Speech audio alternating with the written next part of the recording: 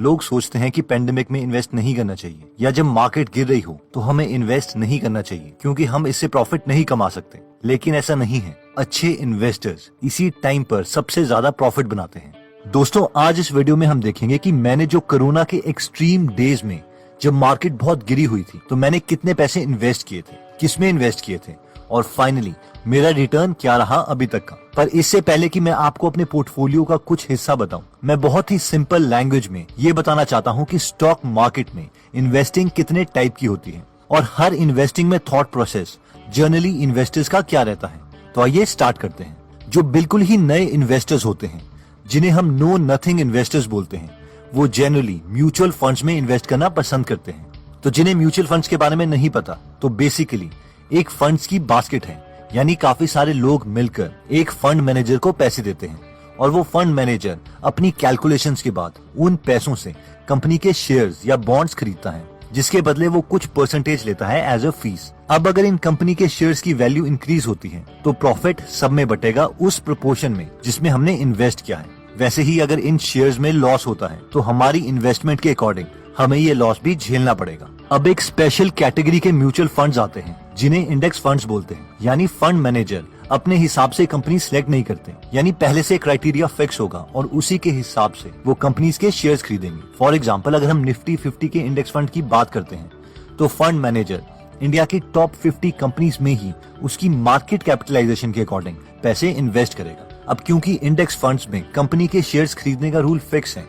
और fund manager को ज्यादा मेहनत नहीं करनी पड़ेगी कंपनीज को सिलेक्ट करने के लिए, इसीलिए इंडेक्स फंड्स की फीस फंड मैनेजर बहुत कम लेगा। और जो इन्वेस्टमेंट सीखने में टाइम स्पेंड नहीं करना चाहते, उसके लिए मेरे ओपिनियन में ये बेस्ट है। इवन वॉरेन बफेट बार बार इसे ही रेकमेंड कर चुके हैं और उन्होंने इंडेक्स फंड की फेवर में $1 मिलियन की शर्त भी रखी थी, जो कि वो जीत गए थे। The best single thing you could have done on March 11th, 1942, when I bought my first stock, was just buy an index fund.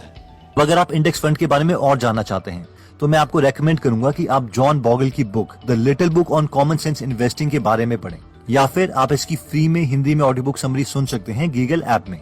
अब नेक्स्ट कैटेगरी ऑफ इन्वेस्टमेंट आती है उन लोगों के लिए जो इन्वेस्टमेंट सीखना चाहते हैं और जो थोड़ा ज्यादा रिटर्न एक्सपेक्ट कर रहे हैं, यानी वो खुद इंडिविजुअल कंपनी सिलेक्ट करना चाहते हैं और फिर उनसे अच्छा रिटर्न लेना चाहते हैं। अब दो तरीके हैं कंपनीज को एनालाइज करने के, पहला है फंडामेंटल एनालिसिस और दूसरा है टेक्निकल एनालिसिस। आइए इन दोनों को जल्दी से सिंपल भाषा में समझ लेते हैं। फंडामेंटल एनालिसिस वो लोग करते हैं जो वैल्यू इन्वेस्टर्स होते हैं। अब आप पूछेंगे कि वैल्यू इन्वेस्टर्स कौन है? वैल्यू इन्वेस्टर्स वो लोग हैं जो 100 रुपए की चीज 50 रुपए में खरीद लेते हैं। जो लोग फंडामेंटल एनालिसिस करते हैं वो कंपनी की इंट्रिंसिक वैल्यू पर फोकस करते हैं, यानी एक्चुअल में कंपनी की वैल्यू कितनी होनी चाहिए। फॉर एग्जाम्पल, अगर एक गोल्ड की शॉप है और उनके पास 10 लाख रुपए का गोल्ड अवेलेबल है, तो हमें पता है कि किसी भी कीमत में सिर्फ उसके एसेट्स के अकॉर्डिंग ही 10 लाख रुपए की ये शॉप तो होनी ही चाहिए। अब जिस दिन ये शॉप हमें 10 लाख से सस्ती मिल रही होगी, हम इसे खरीद लेंगे। अब ये बहुत ही ओवर सिंप्लीफाइड एग्जाम्पल है, but I hope you got the point कि फंडामेंटल एनालिसिस वाले इन्वेस्टर्स का थॉट प्रोसेस क्या होता है।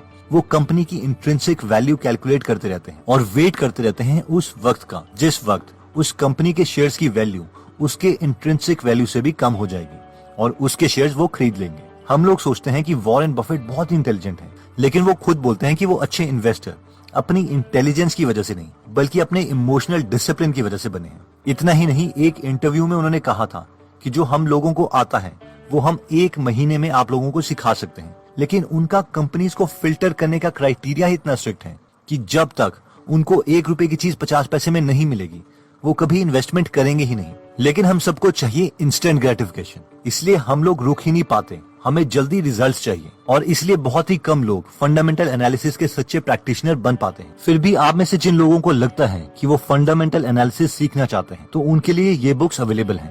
पहला है intelligent investor by Benjamin Graham और दूसरी है value investing from Graham to Buffett and beyond by Bruce Greenwald. Intelligent investor में एक इन्वेस्टर की साइकोलॉजी पर ज्यादा फोकस किया गया है, लेकिन value investing from Graham to Buffett and beyond by Bruce Greenwald ने एक्चुअली सिखाया है कि कंपनी की इंट्रिंसिक वैल्यू कैसे कैलकुलेट करते हैं। अब ये नॉन इकोनॉमिक्स के स्टूडेंट्स को काफी डिफिकल्ट लगेगी, लेकिन ये बुक बहुत वैल्यूएबल है। कई लोगों को लगता है कि कौन है ये ब्रूस ग्रीनवॉल्ड, तो बेंजामिन ग्राहम को सब जानते हैं, जो कि वॉरेन बफेट के गुरु थे।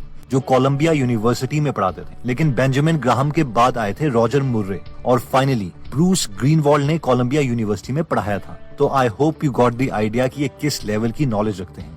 ज्यादातर एमबीएस में डिस्काउंटेड कैश फ्लो एनालिसिस पढ़ाई जाती है कंपनी की इंट्रिंसिक वैल्यू निकालने के लिए, लेकिन ब्रूस बोलते हैं कि जो वैल्यू इन्वेस्टर्स हैं वो discounted cash flow method use नहीं करते, बल्कि वो सबसे पहले एसेट्स देखते हैं और फिर करंट अर्निंग पावर देखते हैं। वैल्यू इन्वेस्टर्स 3 तरीके यूज करते हैं कंपनी की इंट्रिंसिक वैल्यू कैलकुलेट करने के लिए। पहला है वैल्यू ऑफ एसेट्स, जिसमें बैलेंस शीट्स देखते हैं और उसमें एसेट्स की वैल्यू निकाल के लायबिलिटीज को माइनस कर देते हैं। सेकंड है अर्निंग पावर वैल्यू, इसमें हम एज्यूम करते हैं कि अगर कंपनी अपनी प्रेजेंट अर्निंग फ्यूचर में भी मेंटेन रखती है तो कंपनी की वैल्यू आज की डेट में क्या होगी। और फाइनली है ग्रोथ वैल्यू, इसमें देखा जाता है कि अगर कंपनी की वैल्यू एक ग्रोथ से इंक्रीज होती है तो आज की डेट में उसकी वैल्यू क्या होनी चाहिए।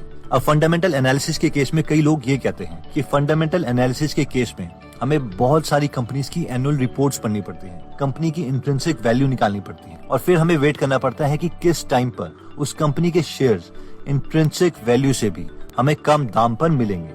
अब ऑब्वियसली इस मेथड में टाइम लगता है और इसीलिए इस मेथड ने बिलियनर्स भी बनाए हैं और ये ज्यादा रिवॉर्डिंग भी है। लेकिन कई लोग बोलेंगे कि ट्रेडिंग में भी तो लोग पैसे कमाते हैं। चलो हम देख लेते हैं कि ट्रेडिंग क्या है और उसमें क्या स्किल्स रिक्वायर्ड हैं और ट्रेडर्स की साइकोलॉजी क्या होती है। तो बेसिकली ट्रेडिंग टेक्निकल एनालिसिस पर बेस्ड है, यानी जनरली ट्रेडिंग एक मोमेंटम की गेम है जिसमें हम चार्ट्स देखते हैं सारे बायर्स और सेलर्स के कलेक्टिव बिहेवियर को प्रिडिक्ट करने के लिए कि फाइनली मार्केट कहाँ रिस्पॉन्ड करेगी। बहुत ही सिंपल लैंग्वेज में बात करें तो अगर प्राइस कम हो गया है तो इमोशनली लोग ओवरऑल डरे हुए हैं और शेयर्स को सेल कर रहे हैं, और अगर प्राइस इंक्रीज हो रहा है तो ओवरऑल लोग ऑप्टिमिस्टिक हैं कि फ्यूचर में शेयर प्राइस वैल्यू बढ़ेगी और इसलिए वो शेयर्स खरीद रहे हैं। टेक्निकल एनालिसिस में प्राइस की मूवमेंट ऊपर या नीचे क्यूमुलेटिव भी हो सकती है, जैसे कि एक साथ 50 कंपनीज की प्राइस, जैसे कि निफ्टी 50 या बैंक निफ्टी की केस में, या फिर एक इंडिविजुअल कंपनी की प्राइस भी ऊपर नीचे होती है। मैं रेकमेंड करूंगा कि अगर आप टेक्निकल एनालिसिस स्टार्ट कर रहे हैं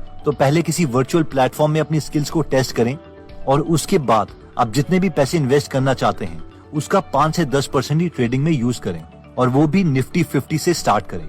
इंडिविजुअल स्टॉक्स में एक्सपर्टीज गेन करने के बाद ही स्टार्ट करें। टू बी वेरी ऑनेस्ट, मुझे ट्रेडिंग में बहुत ही कम एक्सपीरियंस है, लेकिन अगर आप ट्रेडिंग सीखने में इंटरेस्टेड हैं तो मैं रेकमेंड करूंगा कि आप किसी एक्सपीरियंस्ड इंसान से सीखें। और फाइनली बहुत ही छोटे अमाउंट से अपनी स्किल्स को रियल वर्ल्ड में टेस्ट करें और अपना कैपिटल सेव करके रहें, ज्यादा इमोशंस में ना बहें। अब सवाल आता है कि ट्रेडिंग में एक्सपीरियंस्ड कौन है और किस वर्चुअल प्लेटफॉर्म पर हम अपनी स्किल्स टेस्ट कर सकते हैं। तो मैं आपको विशाल मलकान के बारे में बताना चाहता हूँ, जो कि को फाउंडर है मलकान्स view training institute private limited के। ये खुद 16 साल की एज से ट्रेडिंग कर रहे हैं और RSI यानी रिलेटिव स्ट्रेंथ इंडेक्स को काफी अनकन्वेंशनल तरीके से यूज करते हैं। तो आज की ये वीडियो भी इन्होंने ही स्पॉन्सर की है। तो अगर आप ट्रेडिंग में इंटरेस्ट रखते हैं लेकिन आपको नॉलेज नहीं है तो आप इनका स्टॉक ट्रेडिंग सीक्रेट्स नाम का कोर्स एक्सेस कर सकते हैं, वो भी फ्री में 10 दिनों के लिए, जिसकी एक्चुअल वैल्यू 25,000 है।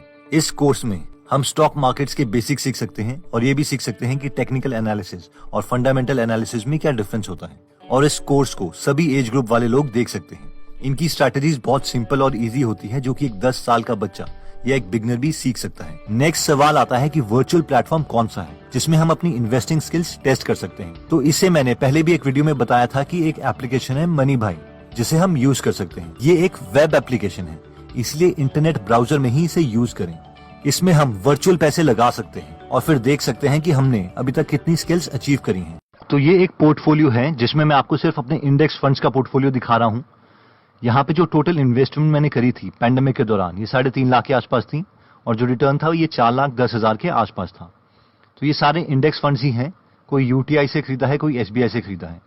अभी मैं प्रेफर करता हूँ कि मैं SBI से ही खरीदूं, क्योंकि SBI पर ज्यादा लोग प्रेफर करते हैं, लेकिन ये सारे इंडेक्स फंड्स हैं। तो सबसे पहले मैं आपको ये वाली इन्वेस्टमेंट दिखाता हूँ, UTI Nifty index fund direct growth. ये सारे निफ्टी 50 में ही इन्वेस्ट किए गए हैं। तो अगर इसकी हम ट्रांजैक्शंस देखें तो यहाँ पर जो टोटल इन्वेस्टमेंट है वो 5 बार हुई है, 31 मार्च को, 21 अप्रैल को, 19 मई को, 25 जून को और 29 जून को। तो ये मैंने क्यों करी थी, हम इसके पीछे की साइकोलॉजी को समझते हैं। इस वक्त अगर हम NSE की वेबसाइट देखें, यहाँ पर NSE की, तो यहाँ पर 23 मार्च को सबसे कम PE आ चुका था, यानी बैंक रेट के अकॉर्डिंग PE आ चुका था। PE क्या होता है? Price to earning ratio. तो 100 डिवाइडेड बाय 6, यानी अगर आप 100 रुपए बैंक में इन्वेस्ट करते हैं तो आपको 6 रुपए का रिटर्न आता, अगर आपको 6% इंटरेस्ट मिल रहा है तो ये 16.6। और हम मानते हैं कि जब पीई बैंक के आसपास हो जाए निफ्टी 50 के केस में, तो ये सबसे अच्छी इन्वेस्टमेंट होती है। तो होना क्या चाहिए था, मुझे 23 मार्च को ही सारे इन्वेस्ट कर देने चाहिए थे, लेकिन मैंने ये डेट मिस कर दी और अपनी फर्स्ट इन्वेस्टमेंट करी मैंने 30 मार्च को, जब ये 18.66 था पीई, जो कि उतना ज्यादा नहीं बढ़ा था और ये ठीक था। तो 31 मार्च को हुई। उसके बाद मुझे लगा कि मार्केट दोबारा गिर सकती है, जो कि ऑब्वियसली मेरे पार्ट में एक गलत डिसीजन था। मुझे जितना भी अमाउंट करना चाहिए था वो इसी डेट में इन्वेस्ट कर देना चाहिए था, मगर मैंने वेट किया 21 मार्च को, फिर 19 को, फिर 25 को, और थोड़े थोड़े पैसे करता रहा। इसमें 25,000 डाले, फिर 25,000, फिर 50,000, फिर ये 76,285 जितना था मेरा बैलेंस इस पर्टिकुलर एप्लीकेशन में, ये मैंने इन्वेस्ट कर दिया। तो बेस्ट केस तो होता कि हम यही करते, लेकिन इसके बावजूद और इस सारे टाइम में बाकी सारे की सारी जो मैंने 4 इन्वेस्टमेंट करी थी, इस टाइम पीई वो बढ़ चुका था। तो बेस्ट इन्वेस्टमेंट जो मैंने ज्यादा नंबर ऑफ यूनिट्स खरीदे वो 31 मार्च को थे। तो टोटल इन्वेस्टमेंट इसमें 3,35,000 थी, और अभी तक का रिटर्न जो विद इन 5 to 6 मंथ्स ही हुए हैं 59,157 हो चुका है, यानी 21.41% रेट ऑफ रिटर्न है, आरओआई वो मुझे मिल चुका है, और भी 1 साल भी नहीं हुआ है। तो ये जो परसेंटेज है ये 1 साल की नहीं है, अगर आप 1 साल की मानेंगे तो that will be close to 40%। तो इवन वॉरेन बफेट का जो रिटर्न है दैट इज 20%। ऑब्वियसली अब उनके साथ हम कंपेयर नहीं कर सकते, क्योंकि ये बार बार नहीं आएगी, उनका हर साल का रिटर्न इतना होता है, और उनका इन्फ्लेशन भी वहां पे यूएस में कम है। But I think you got the idea कि ये एक अपॉर्चुनिटी थी जो इन्वेस्टर्स के लिए क्रिएट हुई थी। नेक्स्ट मैंने निफ्टी 50 में भी डाले थे, यानी पहली 50 कंपनी में नहीं, 51 से लेके 100 कंपनी में, क्योंकि इनमें भी जो रिटर्न है वो कई बार ज्यादा मिल जाता है। ये छोटी कंपनी है कंपैरेटिवली पहली 50 कंपनी के, तो इसमें रिटर्न भी ज्यादा होता है, लॉस की गुंजाइश भी ज्यादा होती है। तो इसमें जो टोटल रिटर्न मिला है वो 16.2% का मिला है। 50,000 इन्वेस्ट करे थे, 58,000 का रिटर्न मिला। और फाइनली मैंने एक सिप खोली है, सिस्टमैटिक इन्वेस्टमेंट प्लानिंग, तो इसमें मैंने 5,000 की सिप खोल दी है ताकि हर बार कटते रहें।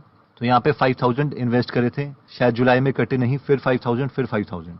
तो इसमें भी अगर हम देखें XIRR है वो 33% है इस केस में, यूटीआई निफ्टी के केस में 85%, इसमें 47%। अब ऐसा नहीं है कि यूटीआई में आपको ज्यादा रिटर्न मिलेगा, वो सेम फंड में हमेशा आपको सेम ही रिटर्न मिलेगा, क्योंकि वो सेम जगह ही लगाते हैं और उतना पैसा ही लगाते हैं। तो अगर आप एसबीआई पे ही सबसे स्ट्रॉन्ग बैंक माना जाता है तो इसमें ही इन्वेस्ट करें जो आप करना चाहते हैं। तो I hope you got the idea कि ये जो रिटर्न ऑन इन्वेस्टमेंट है इन टर्म्स ऑफ परसेंटेज वो काफी अच्छी है। इसमें जो टोटल रिटर्न है तीनों को मिला के वो 19.8 है %, और XIRR वो 77.45% है।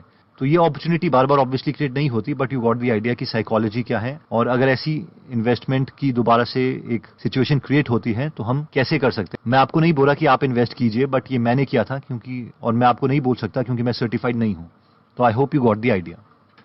तो दोस्तों हमने इस वीडियो में 3 तरीके की इन्वेस्टमेंट देखी। पहले थे पैसिव इन्वेस्टिंग, जो खुद पैसे इन्वेस्ट नहीं करना चाहते बल्कि अपने पैसे किसी एक्सपर्ट को देते हैं इन्वेस्ट करने के लिए, जिसमें हमने म्यूचुअल फंड्स या इंडेक्स फंड्स के बारे में बात करी थी। सेकंड थे एक्टिव इन्वेस्टर्स, जो या तो फंडामेंटल एनालिसिस यूज करते हैं जिसमें वो लॉन्ग टर्म के लिए कंपनी में पैसे लगाते हैं, या फिर टेक्निकल एनालिसिस जिसमें हम लोगों के बिहेवियर को स्टडी करते हैं इन्वेस्ट करने के लिए। एनीवेज दोस्तों, आई होप आपको ये वीडियो पसंद आई होगी। अगर आप फ्री में इन्वेस्टिंग या किसी और टॉपिक पर बुक समरी सुनना चाहते हैं तो आप हमारी गीगल ऐप डाउनलोड कर सकते हैं। अगर आप हमारी वीडियोस मिस नहीं करना चाहते तो हमारा पेज लाइक करने के बाद 3 डॉट्स के बटन को प्रेस करके फॉलो के बटन को सिलेक्ट कीजिए, और फाइनली सी फर्स्ट के ऑप्शन को सिलेक्ट कर लीजिए। इससे आपको हमारी हर पोस्ट मिलती रहेगी। जय हिंद।